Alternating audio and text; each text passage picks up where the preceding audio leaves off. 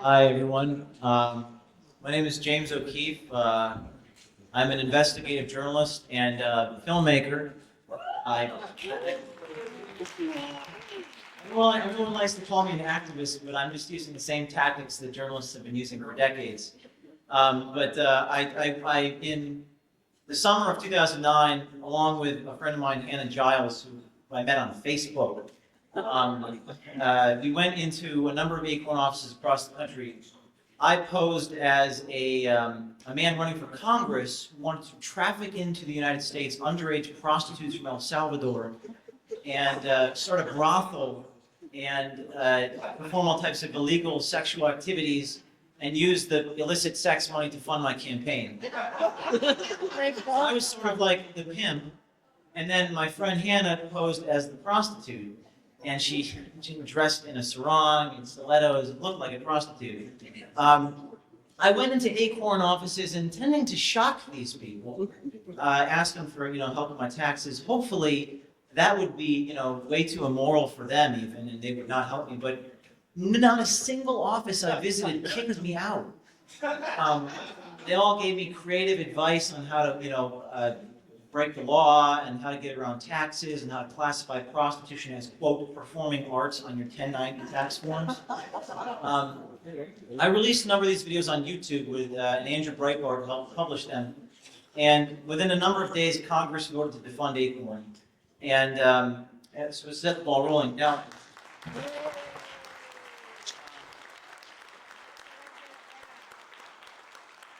in March, just a few months ago, Acorn disbanded because they had no source of funding.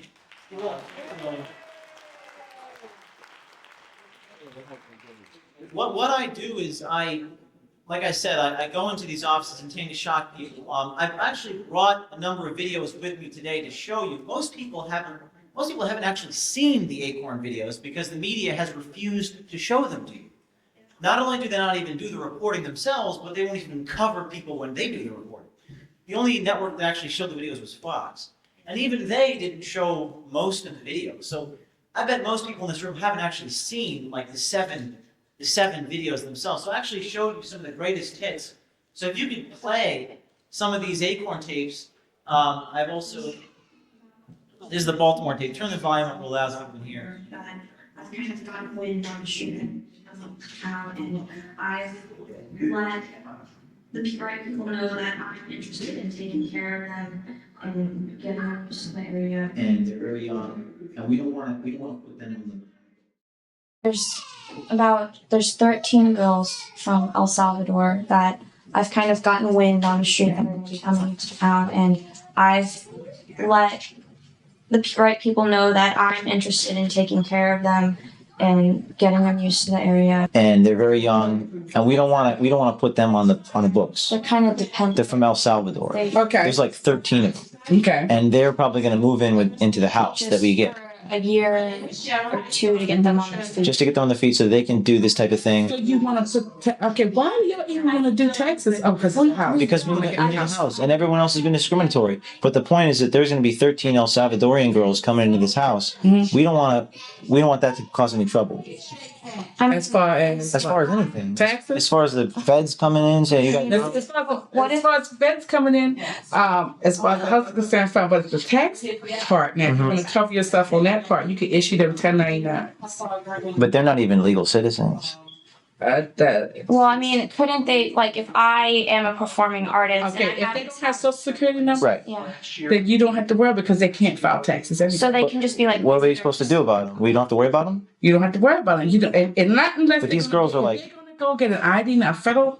Sorry, if they're going to get a social security number, even for working... Well, they're like 15.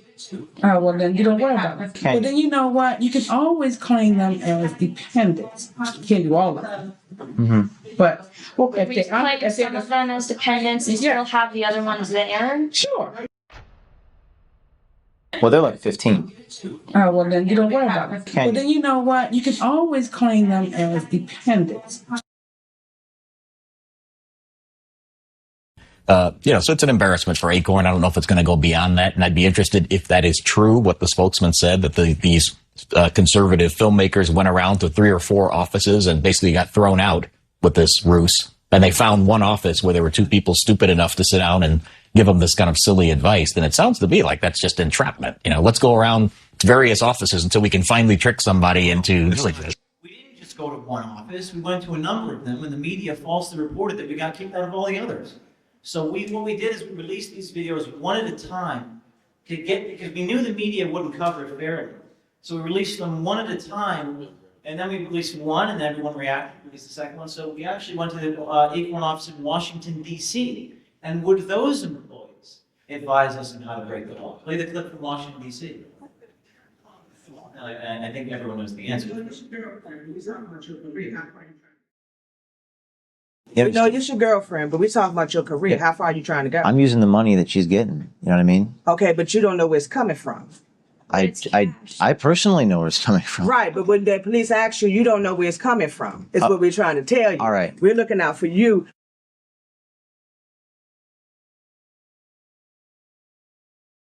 It's propaganda. If you are a reporter and you're doing something like this, then you would report, yes, we went to the 4 offices and one said, took the bait. Right, well, we went to more than just 1 or 2 offices. We went to 3 now. We went to New York. And we waited over the weekend, and on Monday we released the tape of the Acorn office. And what would the employees in New York City tell us when confronted with the prostitution scheme? Brooklyn, New York.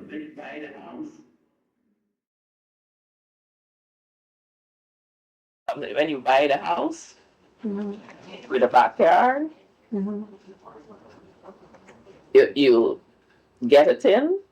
If Tom Jones is going to come and beat you and want money, you get a tin and you bury it down in there, and you put the money right in there over it, and you tell a single soul but yourself where it is. Right.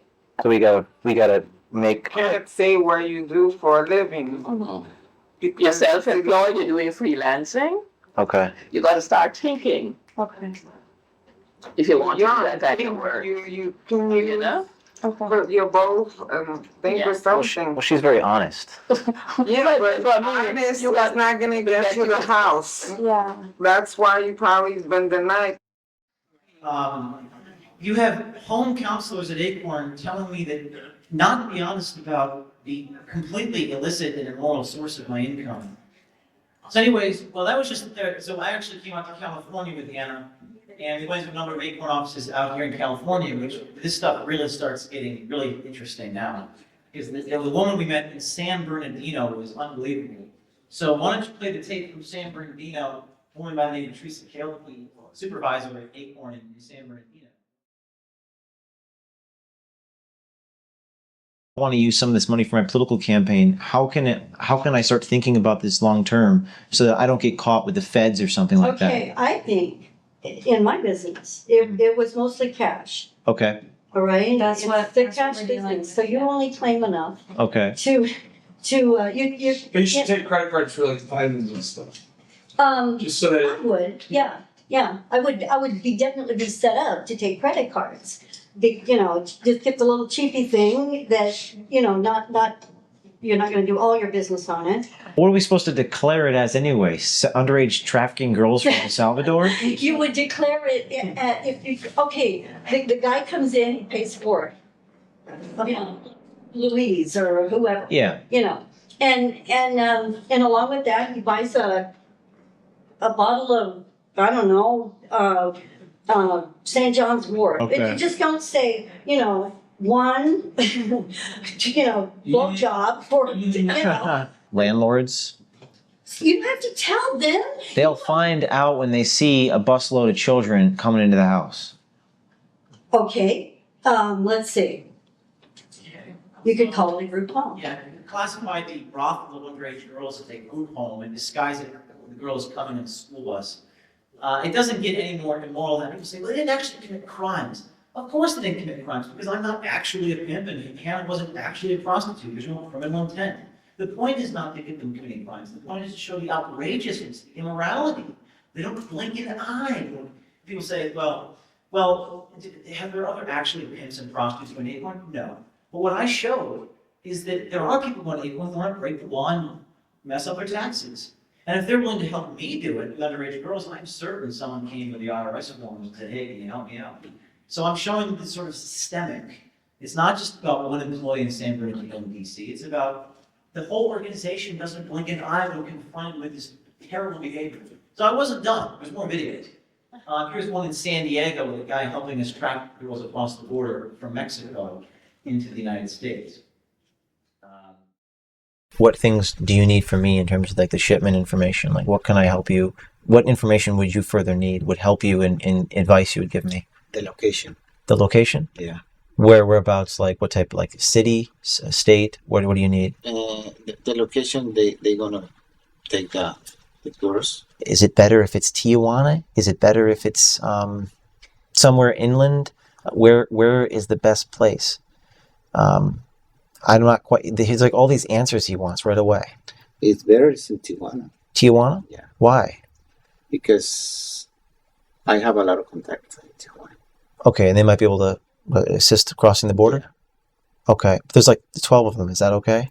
12? 12. 12 girls. There's 12 girls, but there's like 13 to 15 years old. Yeah.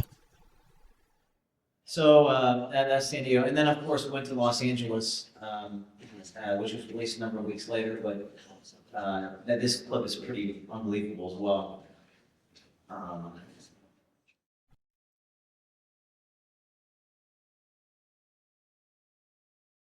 Because we don't want that to have a paper trail. You know, we don't want that money coming out of that business. Yeah. You know what I mean? You got these girls doing these sex tricks, and you don't want it public. Yeah.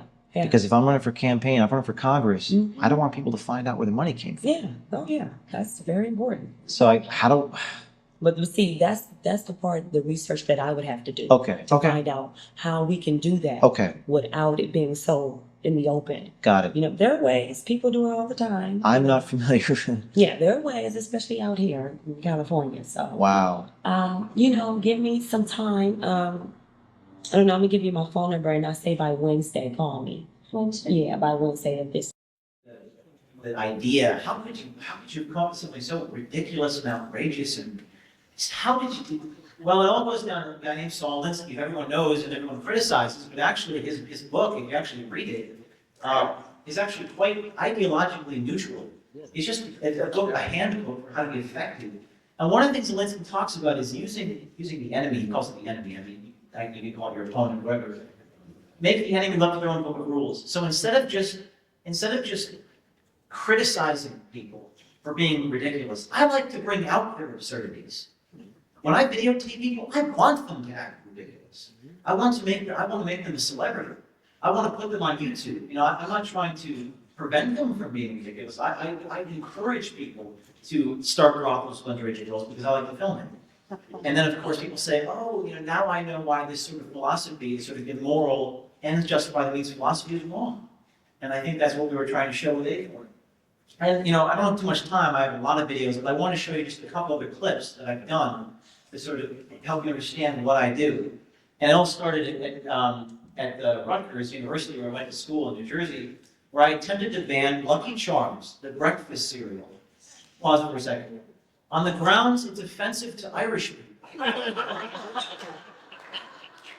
Now, I'm actually an Irish American, as in my name. My last name is O'Keefe. And as you can see on the front cover, we have a leprechaun with a green hat and red hair. And he's 4'9" or whatever, how tall he is. I'm 6 foot 1 inches tall. I mean, I'm a tall guy. I don't have red hair. I'm Irish. And the title of the cereal box is Lucky Charms. My great-great-great-great-great-grandfather died in the Irish potato famine. We're not lucky. So could I, using a reasonable argument, walk into the dining hall at Rutgers University and attempt to ban Lucky Charms on the grounds it's offensive to Irish people and get it removed? Well, let's see. Play the videotape. A bunch of friends and I did go into the dining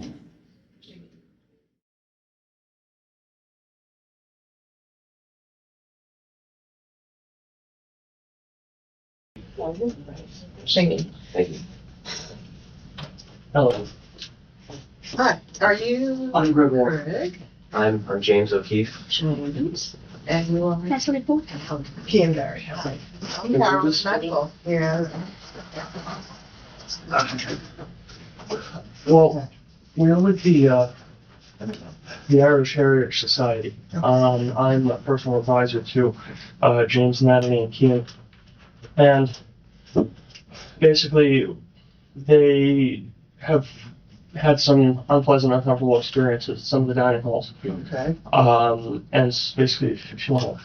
Well, like Greg said, we're from the Irish Heritage Foundation. It's not recognized by the university, but basically wanted to bring a matter to your concern that we noticed that, you know, you're at the dining halls here, Rutgers serve Lucky Charms, and we think that this promotes negative stereotypes of Irish Americans, and we don't think it's acceptable in an academic setting, especially one of higher learning.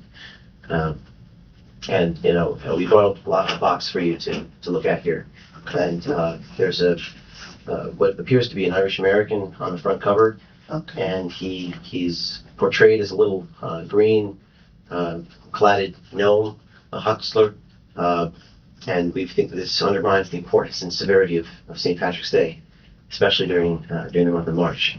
So basically, what we're trying to do is appeal to. So, can you tell me that again?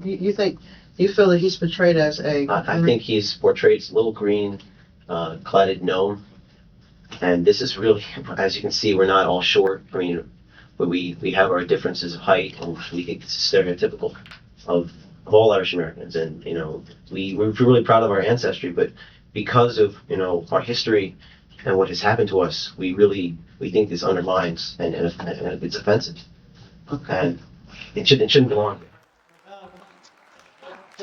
For about a month, they banned it, and the funny thing is, people who are my ideological opponent, they couldn't figure out the joke. They're like, you actually think it's racist? No, it's satire. They're like, no, you think it's racist? I don't think it's racist. It's a joke. Laugh. It's funny. It doesn't compute. They don't get it. It's too effective. Anyways, I know this one is another sort of trigger-happy video. You can start playing it because it goes on for about 30 seconds. But well, I attempted to, this is the Eagle Forum, so this is kind of relevant. In regards to traditional sort of women's views on the world and the traditional views on society. Pause it for a second. This is the Good Wife's Guide, 1955. Sort of a very, very, very traditional way of looking at the world. When your wife comes home at, when your husband comes home from work, what does the wife do? Massage his feet, give him dinner. This is a very traditional way of looking at the world. Many in the college environment find it extremely offensive. So what would happen if I walked into a women's studies classroom and handed it out? So why don't we watch the videotape of me doing that? As you can see, I'm kind of troubling.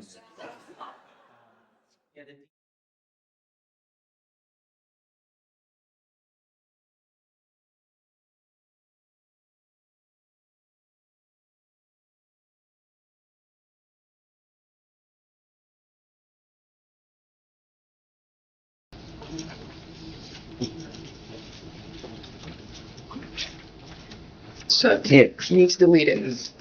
You need to delete it. Why's that? Because you just passed out a handout that is inappropriate in my class.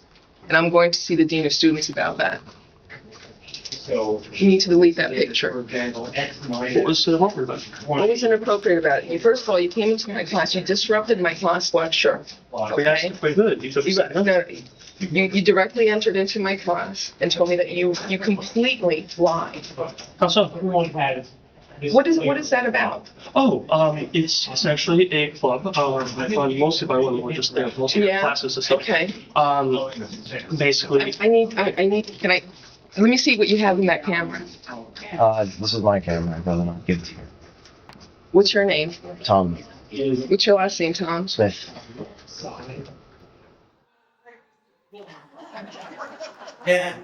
Yeah. So I mean, sometimes I pose as something I'm not. But generally speaking, she gave us the permission to come in that class. And people know, what was the point of doing that, James? Well, the point was, in many academic classes, people hand out all types of literature, on environmental stuff, on union stuff. So could we walk into a women's studies classroom and hand out a women's studies pamphlet and not get in trouble? Evidently not. But one point that is when people, when authorities come up to you and say, hey, can you stop videotaping? I mean, no, I just don't listen to it. I just did anything. Yeah. So I have one more undercover video to show you. This was done on the issue of abortion. And, I happen to be pro-life, but this is not about abortion, this particular video I'm about to show you. It's about tactics. It's about using creative tactics to uncover the truth. I think that anyone can use these tactics, whether you're pro-choice or pro-life. But this is an investigation I did with a young girl named Lila Rose, who's a pro-life activist in California. And we called a bunch of Planned Parenthood to the state, or rather in the country, and to investigate whether they would accept money for the purposes of aborting African American children. So play the tape of this. This is pretty outrageous stuff. I don't know. Good afternoon, this is Autumn. Hello, Autumn. I'm interested in making a donation today. Fantastic. What about abortions for the underprivileged minority groups? Oh, absolutely. We have, in fact, wonderful, fantastic news. We just received a very generous donation to our Women in Need Fund. Wonderful. I want to specify that abortion to help a minority group. Would that be possible? Like the Black community, for example? Certainly. Okay. So the abortion could be, I could give money specifically for a Black baby. That'd be the purpose. Yeah, absolutely. If you wanted to designate that you wanted your gift to be used to help an African American woman in need, then we would certainly make sure that gift was earmarked specifically for that purpose. Great, because I really face trouble with affirmative action, and I don't want my kids being disadvantaged, against Black kids. I just had a baby. I want to put it in his name, so that's definitely possible. Oh, always, always. So I just wanted, can I put this in the name of my son? Absolutely. The name of my son, great. He's trying to get into colleges, and he'll be applying, we're just really big. He's really faced troubles with affirmative action, and we just think the less Black kids out there, the better. Understandable. David, let me, if I may, just get some sort of specific general information so we can set this up the right way. You said you wanted to put it in your son's name, and you would like this designated specifically to assist African American woman who is looking to terminate a pregnancy. Exactly. Okay. Yeah, and want to protect my son so he can get into college. All right. Excuse my hesitation. This is the first time I've had a donor call and make this kind of request, so I'm excited, and I want to make sure I don't leave anything out. Yeah, so we called 7 Planned Parenthoods around the country, and every single one of them accepted my donation. Sure. And for many of you who don't know, the whole point of this exercise was to raise awareness about the fact that the organization was founded by Margaret Sanger, who was into eugenics. And of course, that's precisely what we did. Now, most media wouldn't cover this, of course, because it's truth. I mean, there's no way you can spin it. Fox did cover it, and they had a rally in Washington, D.C. outside the headquarters of Planned Parenthood. But those are the video clips. I've got a lot more, but I don't have time. But I'd like to open up for questions or anything, comments. Were there charges against you dropped, or what's happening with that lawsuit or charges against you? The felony was dropped. But that'll be resolved shortly. Can't comment, but I will comment on it soon. Just stay tuned, watch TV. You'll see a lot of stuff, and as time goes on, that'll be resolved. Yes. Hannah Giles still hasn't filed no resolution. Hannah, well, the Acorn did come after us with lawsuits in a number of states. The Maryland lawsuit, that was the time ran out on that, so they didn't actually follow through with that. But hopefully that blows over. Some issues about you can't take people without their permission. I don't think there's any expectation of privacy in a government building, in a hallway and things like that. There's the issue there, but yes. I heard Michelle Bachmann on the radio saying that they dropped the funding for Acorn only for 1 month, and then they started it up again. Is that correct?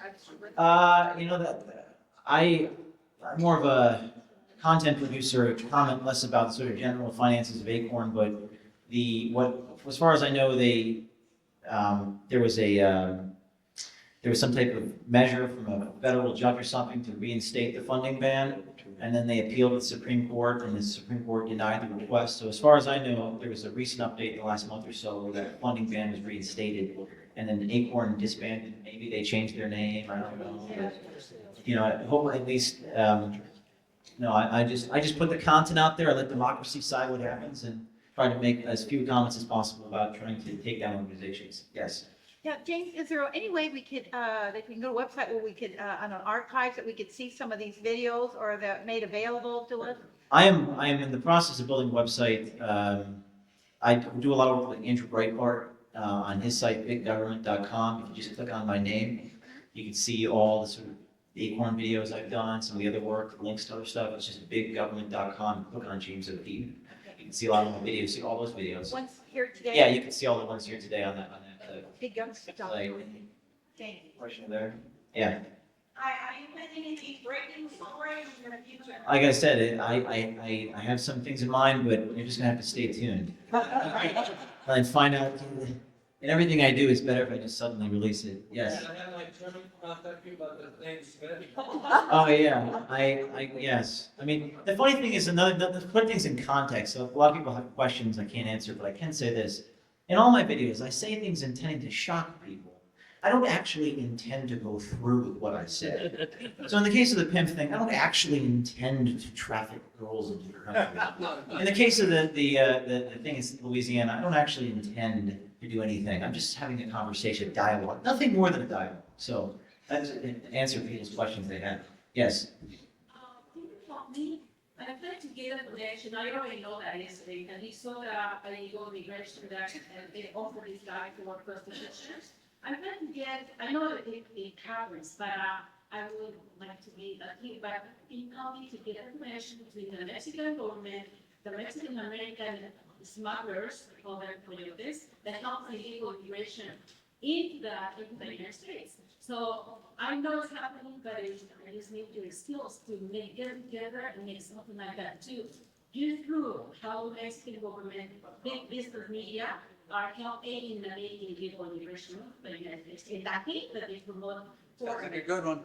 Well, that sounds like a great investigation. I specialize in sort of the tactics and how to creatively expose these things. But if you know people or someone here knows people that has the connections with the Mexican government, I mean, I'm mostly just a video guy. And if people do have leads, come after me afterwards and tell me about them, and we'll find a way to expose them. Thank you very much. One more question.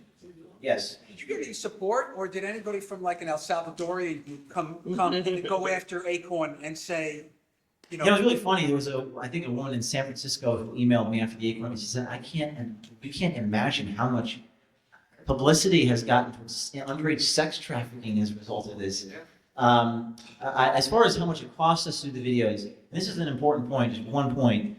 It cost us $1,500 to produce all those videos. Basically, the cost of airfare, Quiznos, sandwiches, gas, receipts.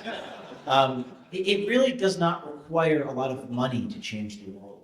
It requires courage and creativity. So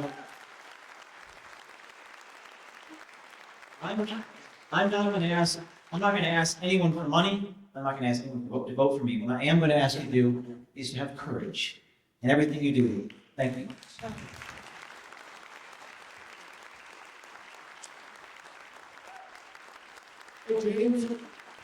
I do have a question, and I know others are wondering, how are you funded? I mean, how do you make a living? What are you doing? Well, one point, and the other thing about journalism is very difficult to make a living, obviously, difficult to monetize content. But when other journalists aren't doing their jobs, let's just say that there are opportunities there to expose the truth. There's more opportunities than ever before. And when people aren't investigating truth, when they don't care about the truth, and they stay, most of these journalists never even set near an Acorn. So there's an opportunity there for you, and I think there is. Right now, I'm working with Andrew Breitbart. We have a relationship, at least for the time being, so I get to publish my stuff on his site. But there are